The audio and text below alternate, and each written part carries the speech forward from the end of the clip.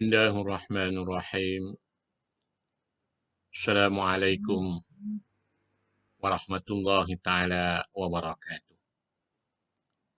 Subhanaka ya Rabb, anta rabbul alamin, rabbul ibadi lizunubil mu'tarifin wal mustaghfirin, wa li ni'maika syakirin zakirin, wa li rahmatika wa hidayatika talibin ar-raji'in.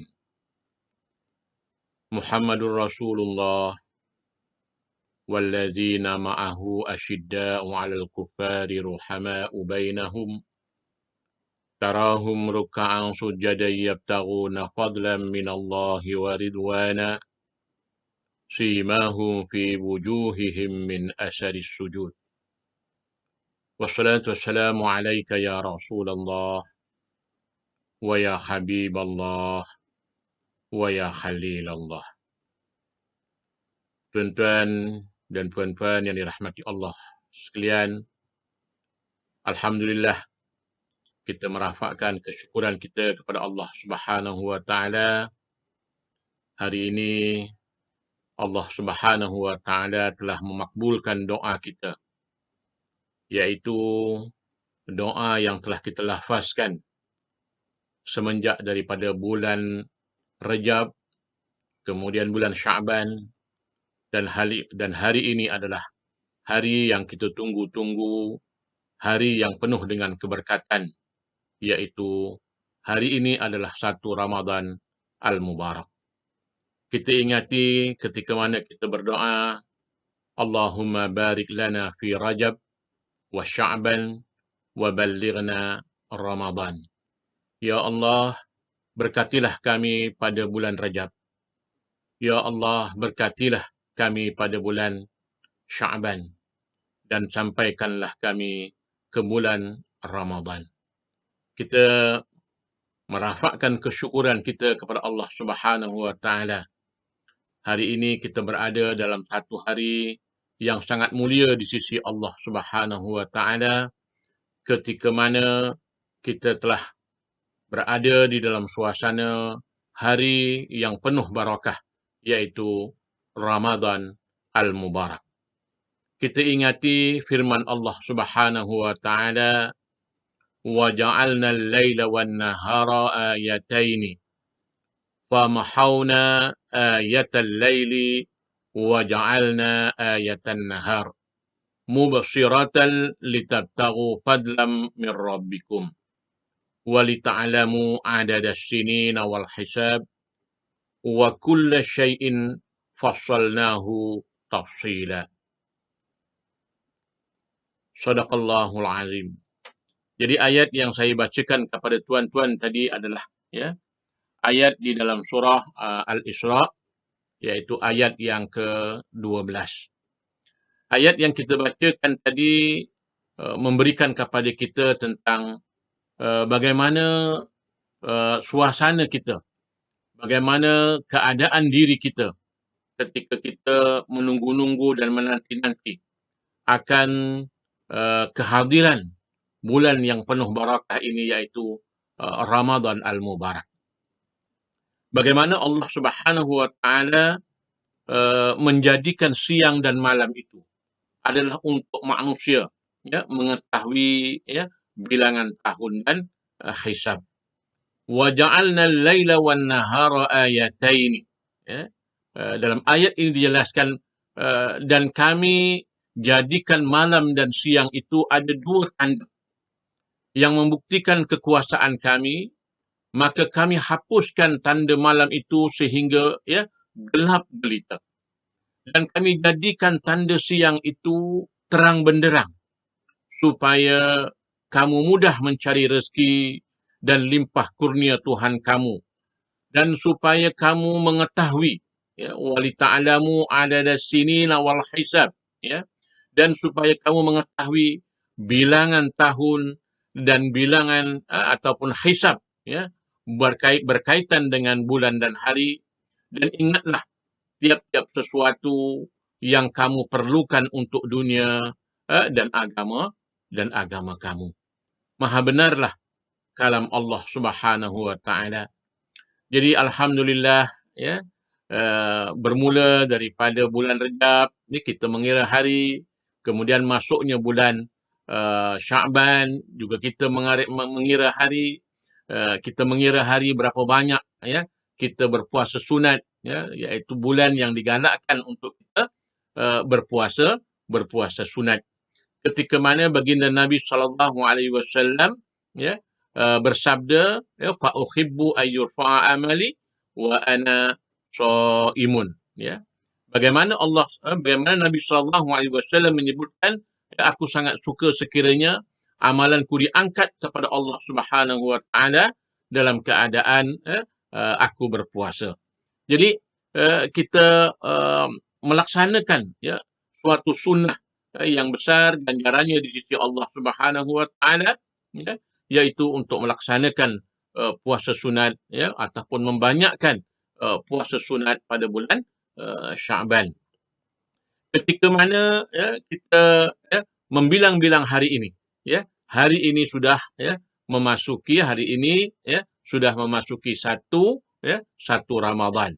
Hari ini adalah, ya, 3 April yang bersamaan dengan 1 Ramadan. Kita ingati ketika mana, ya, kita dimaklumkan, ya, bagaimana suasana untuk menyambut Ramadan di Malaysia ini, ya, menggunakan dua kaedah, iaitu ru'yah dan hisab, ya. Maksud ru'yah itu ialah melihat anak bulan, dan maksud hisab itu adalah mengikut kiraan falak. Jadi tuan-tuan dan puan-puan yang dirahmati Allah sekalian, ya, kita ingat bahawa pada satu hari bulan yang lalu, iaitu hari Jumaat, ya, ketika mana kerajaan telah menetapkan, ya, Jumaat yang lepas adalah 29 Sya'ban bagi tahun ini 1443 Hijrah, ya, menetapkan sekitar 16 tempat, ya, untuk melihat anak bulan, ya, daripada Perlis sampailah ke Labuan. Kita ingat bagaimana tempat-tempat ini, ya, merupakan tempat, ya, yang menjadi rutin tahunan kita bagi kerajaan, ya, bagi pihak berkuasa agama, ya, melaksanakan tanggungjawab mereka, ya, melihat anak bulan, ya, di Perlis, iaitu di Kuala Sungai Baru, di Kedah, di Kampung Pulau Sayak, ya, kemudian di Kedah itu ada 3, ya, di Pulau Langkawi, kemudian di Menara Alustar, di Pulau Pinang, ya, di pusat Falak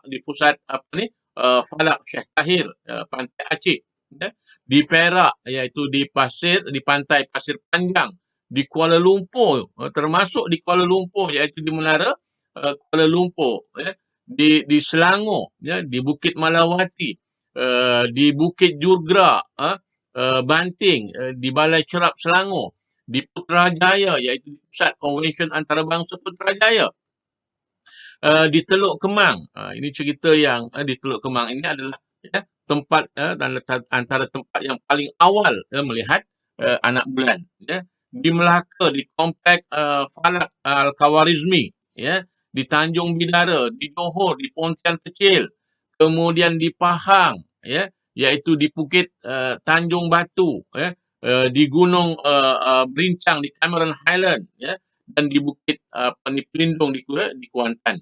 Selanjutnya, ya, di tempat yang ke-12, iaitu di Terengganu, ya, di Bukit Busi, Kuala Terengganu, di Bukit Geliga, ya, di Pulau Perhentian, ya, dan Balai Cerap Kuza, iaitu Mukim Merang di Setiu.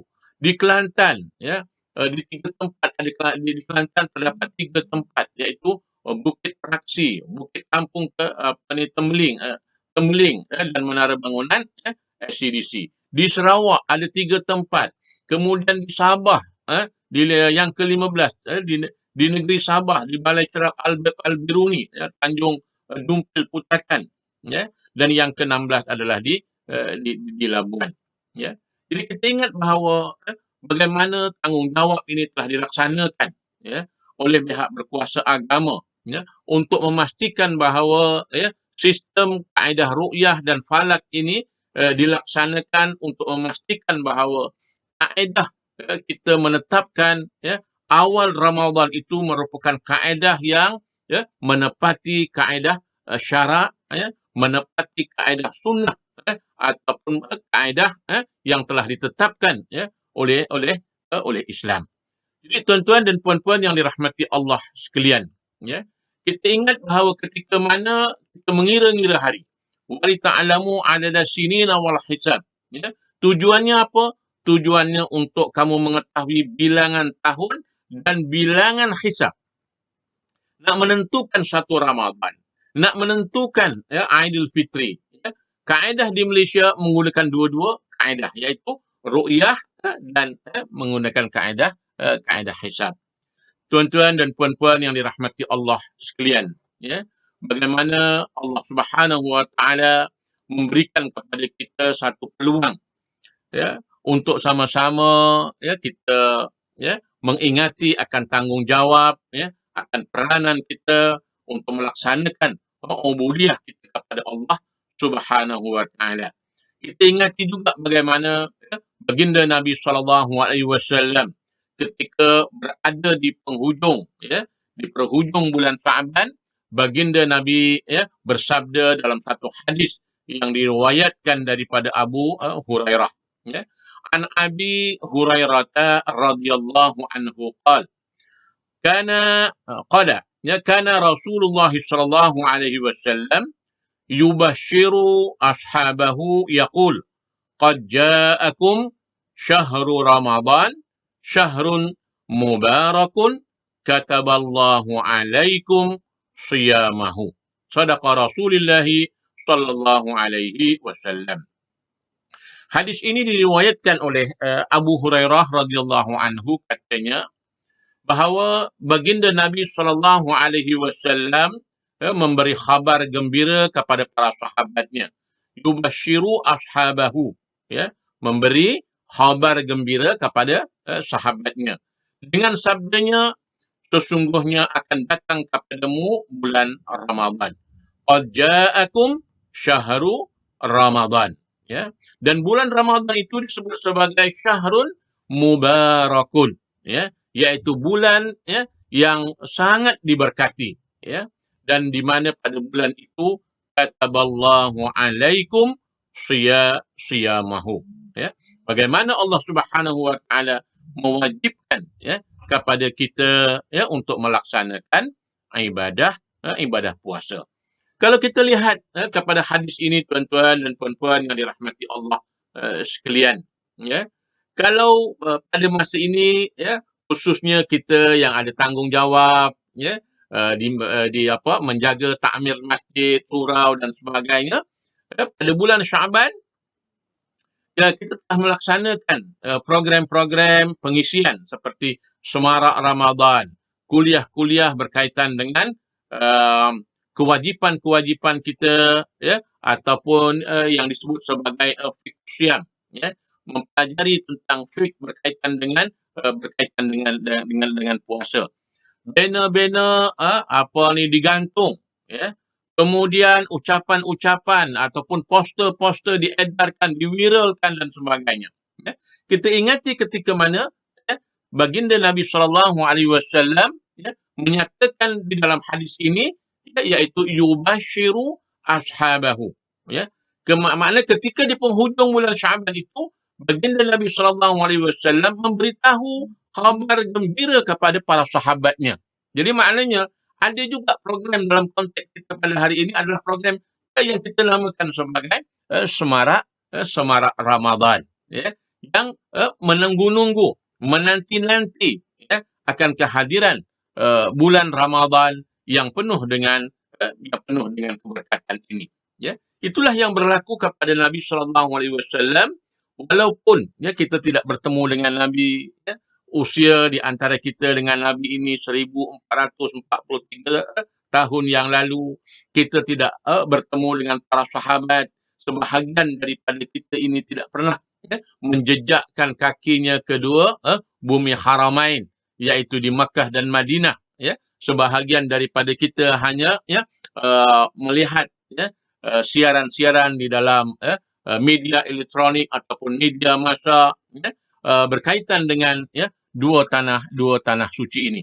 Namun apa yang kita laksanakan, walaupun jaraknya dengan kita, di antara kita dengan Nabi SAW telah mencapai kepada 1443 tahun. Tetapi apa yang kita laksanakan, ya, apa yang kita jalani pada hari ini, ya, merupakan pelaksanaan ibadat, merupakan pelaksanaan kepada agama, merupakan pelaksanaan kepada tuntutan ya, Allah Subhanahu wa taala sebagai tanda ubudiyah kita, ya, sebagai tanda pengabdian diri kita ini kepada Allah Subhanahu wa taala. Kita lazim dengan ayat Allah Subhanahu wa taala. Kita mendengarnya, saban tahun kita mendengarnya. Dan kemudian dikuliahkan, ditafsirkan dan sebagainya. Ya ayyuhallazina amanu kutiba alaikumus siyam kama kutiba alal ladzina min qablikum la'allakum tattaqun. Ya. Wahai orang-orang yang beriman, kamu diwajibkan berpuasa sebagaimana diwajibkan puasa itu ke atas orang-orang yang terdahulu daripada kamu supaya kamu bertakwa. Di dalam ayat ini memberikan kepada kita suatu pengarahan, ya, suatu bentuk perintah, ya, yang khusus kepada orang yang beriman, ya. Jadi maknanya orang yang tidak beriman tidak terikat dengan ayat ini, ya. Wahai orang-orang yang beriman, ya ayyuhallazina amanu kutiba, ya, diwajibkan, ya, kepada kamu, ya, yaitu puasa. Ya. Ketika mana puasa itu diwajibkan, yaitu pada bulan Ramadan. Sebagaimana ya puasa itu diwajibkan ya, kepada orang-orang yang terdahulu daripada kamu. Ya, yang terdahulu daripada kamu supaya kamu la'allakum tattaqun. Inilah yang dikatakan tentang syariat orang-orang yang orang-orang yang terdahulu, ya, yaitu syariat kaum yang beriman yang terdahulu daripada kita, bahawa kewajipan berpuasa, ya, melaksanakan tuntutan ubudiyah ataupun peribadatan berpuasa, iaitu tidak makan, tidak minum pada waktu pada siang hari, merupakan perkara yang telah disyariatkan kepada umat yang terdahulu, yang terdahulu. Jadi tuan-tuan dan puan-puan yang dirahmati Allah sekalian. Selanjutnya kita ingati tentang bulan Ramadan yang penuh dengan keberkatan ini. Satu hadis Nabi SAW yang diriwayatkan oleh Imam Ahmad. Ya. Qad ja'akum syahru Ramadan syahrun mubarakun iftaradallahu alaikum siyamahu yuftahu fihi abwabul jannah wa tughallu fihi syayatin fihi lailatun khairun min alfi syahrin man khurima khairaha faqad khurim. Sadaqa Rasulullah sallallahu alaihi wasallam. Ya. Hadis ini bermaksud telah datang kepada kamu bulan yang penuh dengan keberkatan. Diwajibkan, ya, diwajibkan pada bulan ini ya, untuk kamu melaksanakan ibadah puasa. Kemudian disebutkan oleh Nabi sallallahu alaihi wasallam, ya, bagaimana yuftahu fihi abwabul jannah, ya, dibukakan pintu-pintu syurga dan kemudian ditutup ya pintu-pintu neraka, serta syaitan-syaitan telah dibelenggu. Ya, syaitan-syaitan ya, wa tughallu fihi syayatin, yaitu syaitan-syaitan itu telah dibelenggu. Fihi lailatun khairun min alfi syahrin. Ya. Dan di dalamnya terdapat, dalam bulan Ramadan itu terdapat malam yang lebih baik untuk melaksanakan ibadat, ya, yaitu dalam malam yang lebih baik daripada seribu bulan. Barang siapa, ini menarik kepada kita, ya, man khurima khairaha, ya, faqad khurim. barang siapa yang tidak mendapat kebaikan ya pada bulan ini ya telah iaitu dia terhalang daripada melakukan perkara-perkara kebaikan ya faqad hurim ya maka ia akan dijauhkan daripada kebaikan tersebut ya, atau ia telah seolah-olahnya man hurima khairaha, siapa yang menegah dirinya, siapa yang mengharamkan dirinya untuk merebut kebaikan-kebaikan itu ya iaitu berpuasa pada siang harinya ya. Kemudian ya melaksanakan ibadah pada waktu malam ya iaitu melaksanakan solat tarawih ya.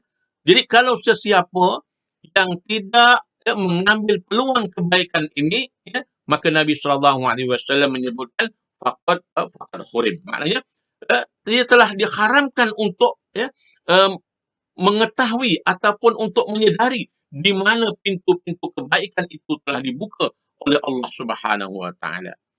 Kita ingatilah kadang-kadang ya adalah orang Islam kita sebahagiannya yang tidak mahu berpuasa, sebahagiannya tidak mahu solat, walaupun pada ketika itu dibentangkan ya pelbagai kebaikan ya kerana kebaikan itu disebut sebagai basicnya al-hasanatu bi'asyri amsaliha, bahawa ya kebaikan itu ya pada asasnya digandakan 10 kali gandaan. Kemudian ya kebaikan itu daripada 10 gandaan itu menjadi 700 kali ganda ila sab'i mi'atin dha'fin. Maknanya macam mana ya amalan-amalan yang dilakukan pada bulan Ramadan itu digandakan ya. Ketika mana solat kita itu ya dalam keadaan kita berpuasa, ibadah kita, wirid zikir kita, tilawah Quran kita ya, segala kehidupan, pekerjaan dan sebagainya, dalam pertanian ke perladangan ke ya dalam perniagaan dan sebagainya, kita lakukan dalam suasana kita mencari redha Allah Subhanahu Wa Taala. Dalam keadaan kita menuruti apa yang diperintahkan oleh Allah Subhanahu Wa Taala, maka pastinya ganjaran tadi ya, bermula daripada 10 kali ganda ya, sehingga ditambah-tambah mengikut keadaannya, mengikut suasananya. Contohnya kalau puasa itu ya dilakukan ya pada bulan lain ya, pastinya kurang ganjarannya berbanding dengan puasa fardu yang diwajibkan pada bulan Ramadan. Puasa yang ditunaikan di dua tanah haram di Mekah dan Madinah, pastinya ganjarannya lebih baik ataupun lebih afdal berbanding puasa yang dilaksanakan di tempat yang lain. Kemudian kita bersembahyang dalam keadaan kita berpuasa. Kita berwirid zikir dalam keadaan kita berpuasa. Kita melaksanakan tuntutan-tuntutan Islam dalam keadaan kita berpuasa. Kita bersedekah dalam keadaan kita berpuasa. Kita menginfakkan sebahagian harta dalam keadaan kita berpuasa. Kemudian kita berdakwah, menyeru manusia kepada agama ini. Kita membantu manusia ya, untuk menyelesaikan masalah mereka dalam keadaan kita berpuasa. Ya. Semua kebaikan-kebaikan ini dibentangkan, tiba-tiba ada di kalangan kita atau sebahagian daripada kita tak ambil kisah pun, tak mengambil peluang pun, ya, tidak mengambil bahagian pun. Inilah yang dikatakan man hurima khairaha faqad hurim. Siapa yang mengharamkan dirinya, ya, melayan kemalasannya, ya, tak mau puasa, tak mau sembahyang, ya, tak mau mencari ya amalan-amalan untuk mendekatkan diri kepada Allah Subhanahu Wa Taala, faqad hurim, maka ia akan terjauh, maka dia akan terhalang ya, untuk mengenali kebaikan-kebaikan ya, maka di akhirnya ya, dia tidak mengenali ya, pintu-pintu kebaikan. Sedangkan sebahagian orang lain ya, menunggu-nunggu, menanti-nanti ya, mengambil kesempatan, mengambil peluang untuk meningkatkan amalan mereka pada bulan Ramadan. Ya, kerana itulah ya kita ingati ya, hadis Nabi ini agar kita sentiasa waspada, agar kita mengingatkan ya ahli keluarga kita, agar kita mengingatkan ya rakan-rakan kita, agar kita memberitahu kepada umat bahawa marilah kita meningkatkan ibadat kita, marilah kita menyiapkan diri kita. Hari ini adalah Ramadan yang pertama dan kita berniat agar kita dapat menyempurnakan Ramadan ini yang kemungkinan Ramadan ini 29 ataupun 30 hari. Dan kita ikhtiar walaupun dalam keadaan apapun kita berikhtiar untuk melaksanakan tuntutan ibadah yang sangat mulia di sisi Allah Subhanahu wa taala. Tuan-tuan dan puan-puan yang dirahmati Allah sekalian. Kita ingati akan hadis Nabi sallallahu alaihi wasallam, "Man shama Ramadana imanan wa ihtisaban, ghufira lahu ma taqaddama min zambih." Ya, siapa yang berpuasa dengan penuh iman dan takwa, maka akan diampuni dosa-dosanya yang lalu.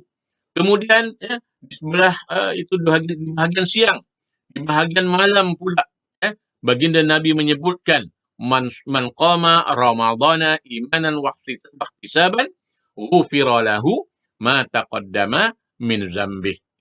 Siapa yang menghidupkan malam-malam Ramadan dengan penuh keimanan, dengan penuh ketakwaan, ghufira lahu ma taqaddama min zambih.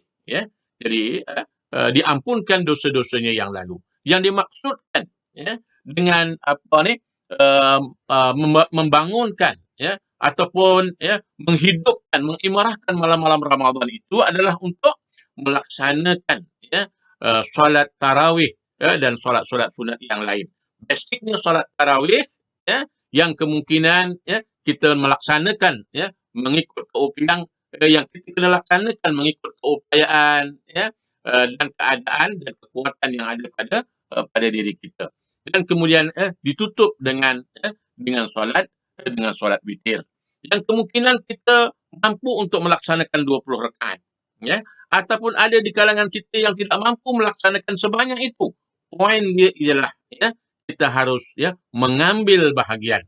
Kita harus untuk melaksanakan suatu tuntutan ibadah yang sangat-sangat dituntut kepada diri kita, kerana inilah bulan di mana segala keberkatannya diberikan kepada diri kita yang beriman kepada Allah Subhanahu wa taala.